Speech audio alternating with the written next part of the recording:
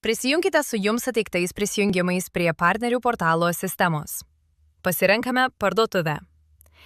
Atsidaro visų sutarčių sąrašas.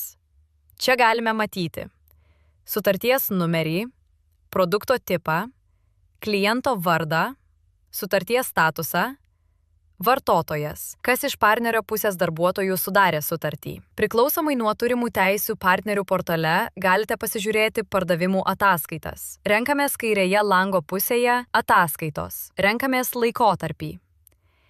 Jeigu yra daugiau padalinių, renkamės, kurios parduotuvės pardavimų ataskaitą norite matyti arba pažymėti visus.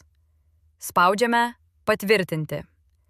Atsidaro pasirinkto laikotarpio pardavimų ataskaita.